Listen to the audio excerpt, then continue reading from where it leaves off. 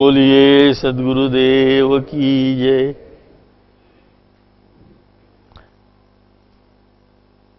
इसके पहले 3 पुष्प हो गए हैं, तो भक्ति में ये चौथा पुष्प है।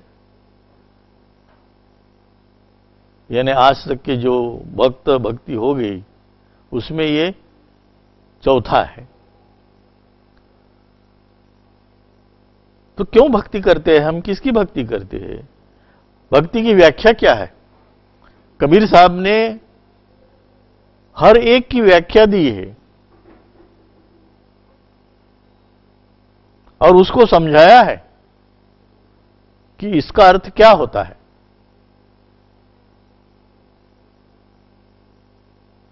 भक्ति ही भक्ति, भक्ति अधिकाई, तासो कथा अब कहो बखानी। अक्षर 3 भक्ति में आई। कितने अक्षर है? 3। भ क ती। अक्षर 3 भक्ति में आई, ताको ऐसे अर्थ बकानी। उसका अर्थ ऐसा है, देखो। प्रथम बकार सो भव बतलावा। भ, आप इस जगत में आए हो, इसका निदर्शक है। आ गए आप, अब काय के लिए आए मालूम नहीं, कहां जाओगे ये भी मालूम नहीं, पर आ गए हो। तो इस भक्ति में आपको क्या करना है? प्रथम बकार सो भव बतलावा। क्यों? आवागमन जो दूर करावा। क्या करना है? अपने आवागमन का चक्र जो है उससे छुटकारा पाना है। हम आवागमन में ही फिरते रहते, न जाने कितने जन्म हो गए, आना और जाना, आना और जाना, क्योंकि ये छूटा नहीं आवागमन हमारा। तो कबीर भक्ति पद्धति में बिना आवागमन छूटे कोई काम नहीं होता। आवागमन को छुड़ाना होगा। प्रथम बकार सो भव बतलावा, आवागमन जो दूर करावा। द्वितीय ककार करे कल्याणा। देखो कैसे आवागमन दूर होगा? जीव का कल्याण करके। द्वितीय ककार करे कल्याणा, तृतीय ती जीव को दे ज्ञाना। मतलब जीव जब इस भवसागर में आता है तो ज्ञान द्वारा जीव का कल्याण करके आवागमन के चक्र से मुक्त होने के लिए जो कुछ करते हैं उसे भक्ति कहते हैं। कितनी सुंदर व्याख्या है भक्ति की। यदि हमारा आवागमन दूर नहीं होता तो वो भक्ति करना बेईमानी है। हम भक्ति करते हैं नाम के लिए, पर हमारी पद्धति जैसी चाहिए भक्ति करने की वैसे नहीं होती। हम कैसी भक्ति करते हैं? भक्ति में 2 प्रकार बखाने, विहित अविहित ताको जाने। एक विहित भक्ति पद्धति और दूसरी अविहित भक्ति पद्धति। विहित भक्ति पद्धति में क्या आता है और अविहित भक्ति पद्धति में क्या आता है? विहित भक्ति पद्धति में हम जो करते हैं वो आवागमन के लिए नहीं, अपने स्वार्थ के लिए। हम हमारा स्वार्थ साधने के लिए भक्ति करते हैं। और दूसरी बात, दूसरी भक्ति पद्धति वैरभाव युक्त, एक दूसरे के दुश्मन भर के करते। जैसे अपने इतिहास में प्रहलाद और हिरण्यकश्यप, इनका उदाहरण है। दोनों बाप बेटे थे पर एक दूसरे के वैरी हुए बैठे थे। इस तरह से उन्होंने अपने वैरत्व का प्रभाव पूरे जनता पर पड़ता है, इसकी तरफ अनदेखी की। तीसरी भययुक्त भक्ति पद्धति, क्यों लोग भक्ति कर रहे हैं? डर की वजह से। डरते हैं लोग, भगवान से डरते हैं। ये डर की भक्ति पद्धति है। इसलिए हमको जो फल मिलना चाहिए, हृदय से भक्ति नहीं करते, डर से करते हैं। और चौथी भक्ति पद्धति है मर्यादिक भावयुक्त। नारद जैसे है, इधर गए तो इधर की सही, उधर गए तो उधर की। आज भी समाज में बहुत सारे नारद उपलब्ध है। और ये चारों भक्ति पद्धति विहित में आती है। पहली, हमें कुछ चाहिए भगवान से, मांगना है कुछ। दूसरी, वैर युक्त भक्ति, वो उसकी भक्ति कर रहा है क्या, मैं उसकी नहीं करूंगा, मैं दूसरी को करूंगा। भय युक्त भक्ति, इसमें सभी लिप्त है, सबको भय है।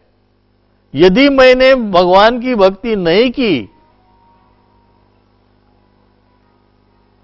भगवान की भक्ति यदि मैंने नहीं की, तो मेरा नुकसान होना तय है।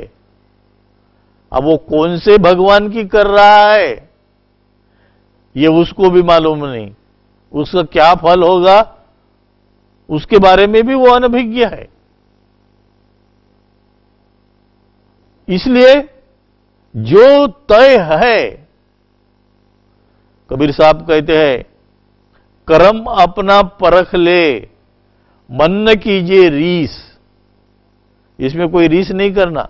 हरि लिखिया सो पाई। भगवान ने तुम्हारे कर्म में जो लेखा लिखा है वही मिलेगा आपको, दूसरा नहीं। हरि लिखिया सो पाइए, पाथर पोड़े शीस। कितना भी आप मस्तक उस पत्थर के सामने पटको, कुछ भी फर्क होने वाला नहीं है। कर्म करो या बखत को, नसीब को निर्धार। सहस्त्र नाम है कर्म के, ये सब कर्म है। मन ही सिरजनहार, सबके ऊपर मन है, ये सब करवाता है हमसे। और हमको ही कहता है भुगतना तो पड़ेगा ही, किया है तो भुगतना ही पड़ेगा। ये सब मन की चाल है, ये समझो। इसलिए कबीर साहब ने सचेत किया है कि मन का कहा न कीजिए कोई, मन जीव को भरमाए सोई। मन का कहा जो करे भाई, भवसागर में ही दे भाई, फिर से आवागमन के चक्र में डाल देगा तुमको। ऐसी चाल इस मन और माया की है। इसको समझो, इस चाल को। और ये जो चार भक्ति पद्धतियां हमने बताई है, उसके अनुसार जाते हैं तो कहीं ना कहीं गिरते हैं। सही मार्ग नहीं मिल सकता, क्योंकि लालच, लोभ, मोह सब हम पे हावी हो गए। उसको टालना पड़ेगा हमको, उसको समझना पड़ेगा। क्योंकि कुछ भी आप त्याग नहीं सकते। परमात्मा ने जो जो भी हमारे मन में भर दिया है, हमारे अंदर भर दिया है, इसमें से किसी भी बात को हम टाल नहीं सकते, त्याग नहीं सकते। क्योंकि ये हमारे निर्मित के दौर में हमें मिला है, इसको त्यागना हमारे हाथ में नहीं है। दूसरी अविहित भक्ति का आवे, दूसरी जो भक्ति पद्धति है ये चार के अलावा, वो अविहित भक्ति का आवे। प्रेम उमंग हृदय में आवे।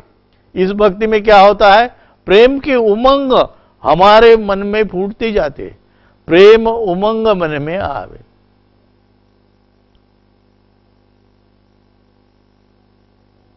इस उमंग से क्या मिलेगा हमको, तो हम इस भक्ति की सही दिशा तक जा सकोगे, पा सकोगे। प्रेम ही प्रेम, प्रेम अधिकाई। इसमें प्रेम ही प्रेम मिलता है, दूसरा कुछ भी नहीं। प्रेम मूला भक्ति है ये। प्रेम की धारा उत्पन्न होती है हमारे इसमें। उठे उमंग प्रेम की धारा, आपे भक्ति गए हरि प्यारा। हमको हरि प्यारा लगने लगता है।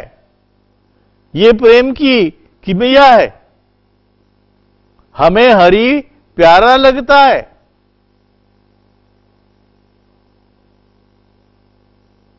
सबसे श्रेष्ठ भक्ति है यही। अविहित भक्ति जो है वो सबसे श्रेष्ठ है। सबसे जितनी भी भक्ति पद्धतियां अभी तक वर्णित की गई है उन सब में ये श्रेष्ठ है, अविहित भक्ति पद्धति। अब दूसरी, जिस भक्ति से हम तरते हैं, यदि ये सर्वश्रेष्ठ भक्ति है तो इससे हमारा तरन होता है। और यदि हमारा तरन सही में होता है तो हमको इस भक्ति पद्धति को अडॉप्ट करने में कोई हिचकिचाहट नहीं चाहिए। जिस भक्ति में हम लीन रहते हैं उसमें और बहुत सारी भक्तियां हैं जिससे हम और भक्ति पद्धतियों का विवरण कर सकते हैं। कायक वाचक मानस, काया की भक्ति, वाचक भक्ति, मानस भक्ति, इस तरह के भक्तियां है। भक्ति का भाग ज्ञान कहलावे, भक्ति में सकल ज्ञान गुण पावे। क्या है? उत्तम मध्यम प्राकृत ताना, ये तीन प्रकार की भक्ति है। उत्तम भक्ति को यह विधा, उत्तम भक्ति का यह लेखा, सर्वमयी ईश्वर को देखा, वो सर्वमयी ईश्वर को देखता है। पर क्या उसे ईश्वर मिला है? नहीं। लोग भगवान को कहां देखते हैं? सपने में या कल्पना में। भगवान की कल्पना करते हैं। ऐसे भगवान ने प्रत्यक्ष, उसके सिवाय दूसरा कोई चारा नहीं, जानना ही होगा।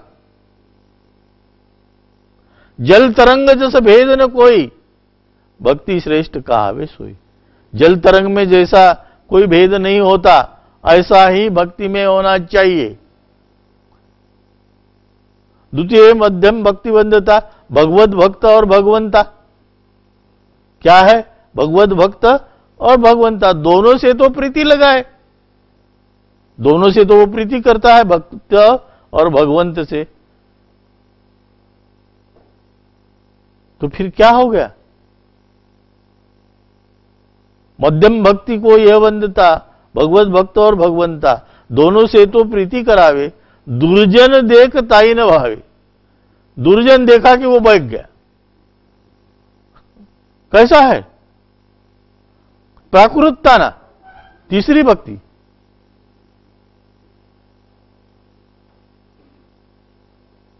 प्राकृत भक्ति के वजह से हम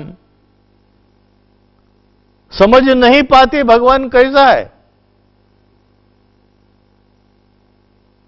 कबीर साहब ने कहा है, प्राकृत भक्त केर यह लीती। केर किसे कहते हैं हम? कचरा। ये कचरा भक्ति पद्धति है। जो भक्ति पद्धति है वो कचरा है। उसके बाद में आते सगुण और निर्गुण भक्ति। सगुण भक्ति क्या है और निर्गुण भक्ति क्या है? गुण रहित निर्गुण, सगुण गुणों सहित। देखो, जो पांच तत्व है वो निर्गुण है, आप वायु पृथ्वी तेज आकाश, और तीन गुण रजो सतो तमो, ये सगुण है। रजोगुण से हमारी उत्पत्ति होती है, तमोगुण हमें राग द्वेष देता है, और सतोगुण हमें सात्विक भाव देता है। हमारा भी कोई तो भी निर्माता है, उसको हमको पाना है, ये दर्शाता है। और इस तरह से सगुण और निर्गुण भक्ति का आप, यानी पानी वायु, तेज यानी अग्नि, आकाश। इन 5 तत्वों और 3 गुणों की भक्ति हम इस दुनिया में आकर करते हैं। सिर्फ इतना ही करते हैं, 5 तत्व और 3। तो अपने को तो 6वें तत्व में या 8वें 9वें तत्व में जाना है। ये भक्ति कोई काम की नहीं है हमारे लिए। सगुण और निर्गुण जिस भक्ति पद्धति में हम बह रहे हैं वो तो अलग है। इस भक्ति को जानो। समाज में सगुण भक्ति मूर्ति पूजा को कहते हैं। क्या उस मूर्ति में एक तो भी गुण है? रजोगुण उत्पत्ति का गुण है, जिससे आदमी अपने जैसी उत्पत्ति निर्माण करता है। तमोगुण राग द्वेष देता है, वो भी आदमी में है, उत्पत्ति भी करता है, राग द्वेष भी है। सतोगुण ईश्वर की भक्ति करनी चाहिए, उसको जानना चाहिए, ये भाव निर्माण करता है, वो भी आदमी करता है। पर जिस भक्त को भगवान करके हम पूज रहे हैं, भज रहे हैं, उस मंदिर के देवता में क्या ये 3 गुण है?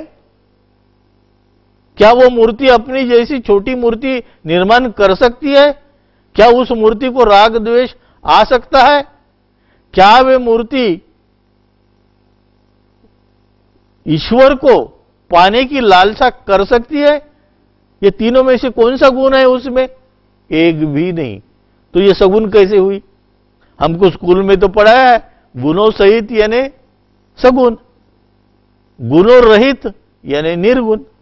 अब गुण रहित क्या है? ये 5 तत्व है। इनमें जैसे मिलाए वैसे भाव पैदा होते हैं। और यही कारण है कि कबीर की भक्ति जो है, उन्होंने सगुण भक्ति को और निर्गुण भक्ति को सबसे नकारा है। ये कोई काम की नहीं, इंसान के उत्थान के लिए ये कोई काम की नहीं। फिर भी हम वही करते जाते हैं, वही करते जाते हैं, वही भूल फिर से करते हैं। तो आपका तरण कैसे होगा? ये तरण नहीं हो सकता। तुमको इस भक्ति पद्धति को टाल के सीधा नाम निअक्षर की भक्ति करनी होगी। जो नाम निअक्षर की भक्ति करेगा वही तर जाएगा। सतनाम जिसे कहते हैं वही हमारा तारक है, वही हमारा निर्माता है, वही सब कुछ है। उसकी भक्ति करो तो आप तर जाओगे। दूसरे किसी भी कारण आप जेते भक्ति जगत में किन्ना, जितने लोगों ने जगत में भक्ति की सो सब जानिए गुरु अधीना। प्रथमे निश्चय गुरु का करे, ऐसे नहीं किसको भी कर लिया। पहले निश्चय करो किसको मैंने गुरु करना चाहिए, वो मेरे काबिल है कि नहीं है। प्रथमे निश्चय गुरु को कीजिए। गुरु निश्चय बिन कछु काज न कीजिए, उसके सिवाय मैं कोई काम नहीं करता। प्रथमे निश्चय गुरु का कीजिए, गुरु निश्चय बिन कछु काज लगे। देखो, और हम क्या करते हैं? जो आया उसको गुरु बना लेते। और इसी तरह से जिस इसमें हम बह रहे हैं उसको सही दिशा देना जरूरी है। ये जानकर कबीर साहब ने सही भक्ति पद्धति कौन सी है ये हमें समझाया है।